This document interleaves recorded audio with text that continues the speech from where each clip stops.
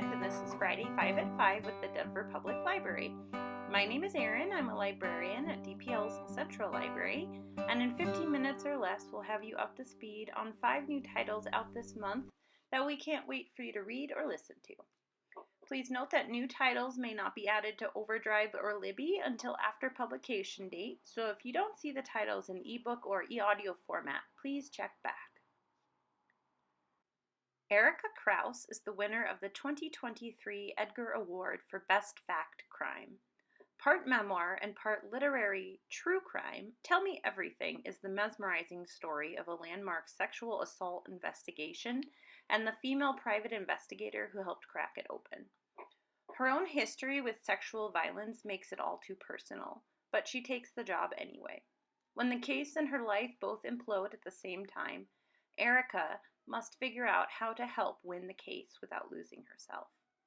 Join us for an afternoon on September 19th with Erica Krause for a reading and discussion of Tell Me Everything, the story of a private investigation.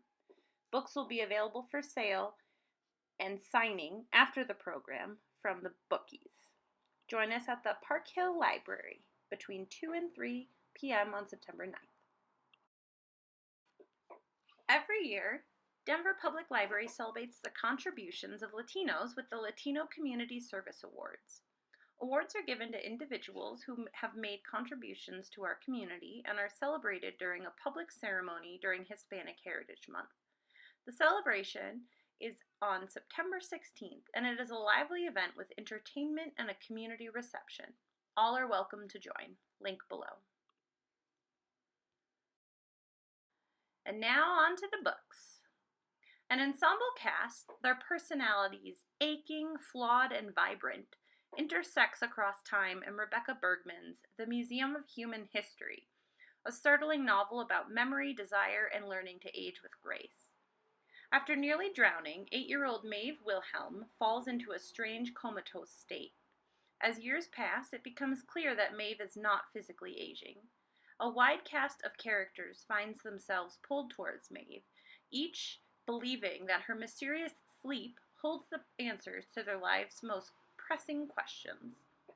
As Maeve remains asleep, the characters grapple with the mysterious new technology and medical advances that promise to ease anxiety and pain, but instead cause devastating side effects. Author Bergman offers readers what we as individuals can rarely see on our own: the interconnectedness that hums between every human being, the high cost of painlessness and hard truths of our inevitable obsolescence. This is a novel about what we want and also what we can't escape. A story as heartbreaking as it is seductive. And how about this? Bergman put together a playlist, link below, just for this book, about which she says, "These are songs I listened to while writing, but also songs that I hope will serve as mementos, reminding me of the people that populated my book and my mind and spirit for the better part of a decade." For another cross-generational story, pick up The Woman in Valencia by Annie Perrault, translated from the French by Anne-Marie Boulanger, which takes the reader on a dark journey through the minds of 3 women whose pasts, presents, and futures are decided by a single encounter on a scorching summer afternoon. Or how about reading Darling Girl by Liz Michalski, a beautiful, grounded, and darkly magical modern-day reimagining of J.M. Barrie's classic Peter Pan, in which a girl in a coma mysteriously disappears. Before Navid Mahdavian moved with his wife and dog in November of 2016 from San Francisco to an off-the-grid cabin in rural Idaho, he had never fished, gardened, hiked, hunted, or lived in a snowy place. But there, he could own land, realize his dream of being an artist, and start a family, the millennial dream. Over the next 3 years, Mahdavian leaned into the wonders of the natural Idaho landscape and found himself adjusting to and enjoying a slower pace of living. But beyond the boundaries of his 6 acres, he was confronted with the realities of America's political shifts and forced to confront the question, do I belong here? Mahdavian's beautifully written and unflinchingly honest graphic memoir charts his growth and struggles as an artist, citizen, and new father. It celebrates his love of place and honors the relationships he makes in rural America, touching on dynamics like culture, environment, and identity, and even articulating difficult moments of racism and brutality he found there as a Middle Eastern American. The minimalist black and white art captures the intricate connections between place and identity, skillfully managing both moments of cartoon comedy and elegant environmental portraiture. With wit, compassion, and a sense of humor, Mahdavian's insider perspective offers a unique portrait of one of the most remote and wild areas of the American West.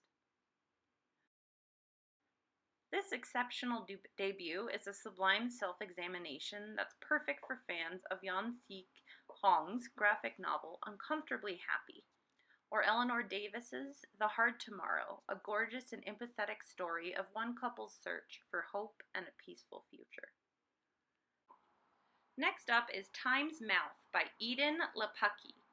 Ursa possesses a very special gift. She can travel through memory and revisit her past. After she flees her hometown for the counterculture glory of 1950s California, the intoxicating potential for her unique ability eventually draws a group of women into her orbit and into a ramshackle Victorian mansion in the woods outside Santa Cruz. Yet Ursa's powers come with a cost. Soon, this cultish community of sisterhood takes an ominous turn, prompting her son, Ray, and his pregnant lover, Cherry, to flee their home for Los Angeles and reinvent themselves far from Ursa's insidious influence. But escaping their past won't be so easy. A series of mysterious events forces Cherry to abandon their baby, leaving Ray to raise Opal alone. Author Lepucki remains attuned to the deep yearning and loss associated with parenthood and childhood. Although her characters never quite feel grounded, Time's Mouth continually sucking them back and back. By the time Ursa's well-drawn and purposeful granddaughter Opal wrests control of the story, it's late in the game. Now a teenager and still heartbroken over the abandonment of the mother she never knew, Opal must journey into her own past to reveal the generations of secrets that gave rise to the shimmering source of her family's painful legacy. Time's Mouth is a page-turning exploration of the intergenerational trauma of this very specific family with its unique gift, and the ways each new generation tries to heal itself. For some read-alikes, there's a different kind of magic in the air in T. Jefferson Parker's A Thousand Steps, set in Laguna Beach during the late 60s amidst the allure of Timothy Leary and flower power.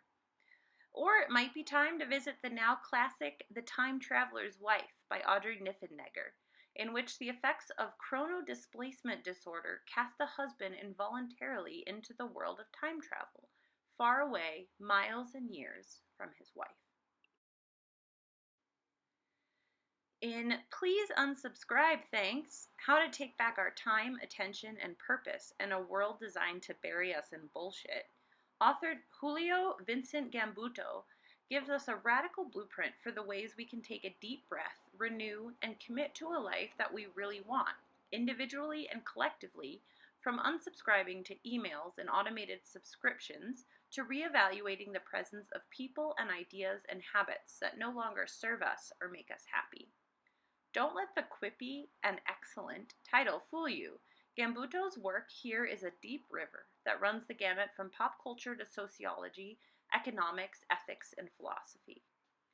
It's both diagnostic and prescriptive without ever being didactic. It's full of heart and pathos and humor and chock full of novel and wise insights as to how readers can all simplify their lives in profound and meaningful ways that will allow clear space for the deepest, most cherished sources of well-being to thrive. Please Unsubscribe, Thanks is a playful and thought-provoking manual for how to remove the stones from the fields of our lives and minds, plant strong seeds, and then water and nourish them in ways that will inexorably fruit into personal and collective well-being and flourishing. One way to take back your life is to take back your space. Consult Own Your Zone, Maximizing Style and Space to Work and Live in the Modern Home by Ruth Matthews. And don't forget the beverages. Be the coolest kid in town with The Ice Book, Cool Cubes, Clear Spheres, and Other Chill Cocktail Crafts by Camper English. It should come as no surprise that the dominant narrative of American history is blighted with errors and oversights. After all, history books were written with the perspective of white men at the forefront. It could even be said that the historical devaluation and elimination of the experiences of Black people is as American as apple pie, or rioting after football games, or calling the cops on Black Americans for walking around their own neighborhoods, or listening to music, or birdwatching, or any other normal everyday activity.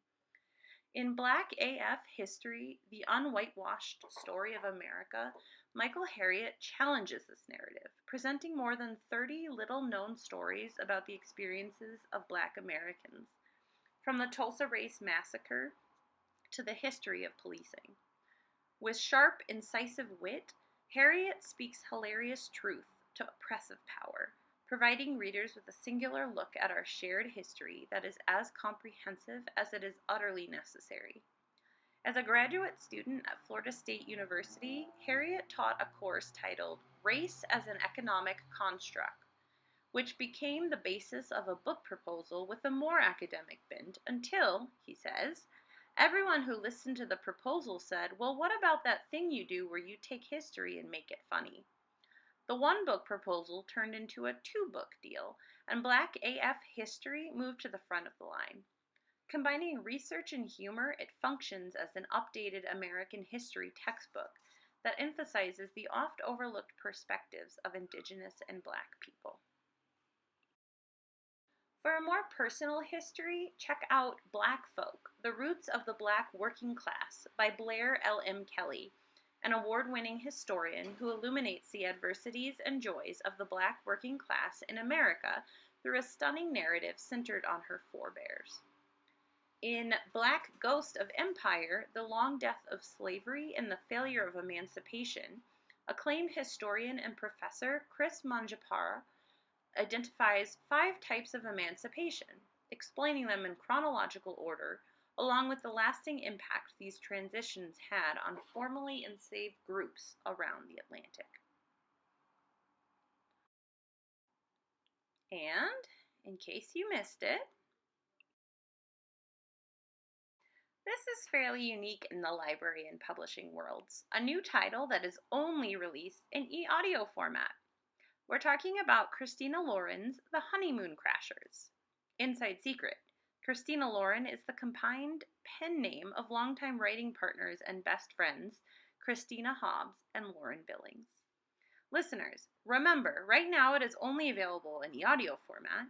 We'll enjoy this robustly produced romance performed by Jessica Marie Garcia, Harry Shum Jr., and a supporting cast. The main character, Ami, had a rough go of her divorce, and she believes her failed marriage is a family curse.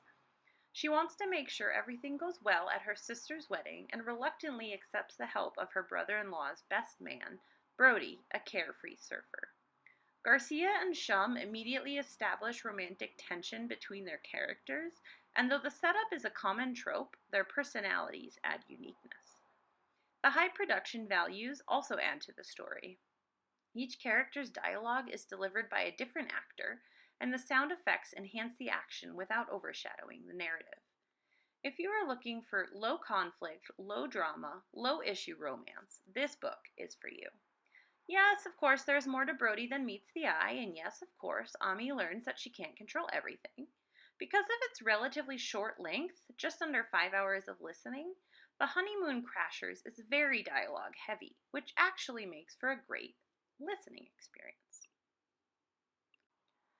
Weddings can be stressful, and so can marriage. Social Engagement by Avery Carpenter Forey is a bitingly sharp and darkly humorous debut novel exploring millennial wedding culture, class, and relationships, all filtered through the ever-present lens of social media. And for more wedding hijinks, check out Big Gay Wedding by Byron Lane, an unashamedly proud, loud, and hilarious novel about a small town that's forever changed by a big gay wedding. And that's all for this month. Thank you for tuning in to Denver Public Library's Friday 5 at 5.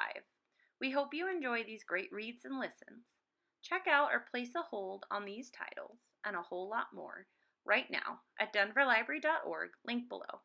Tune in next month for new recommended reads. Bye!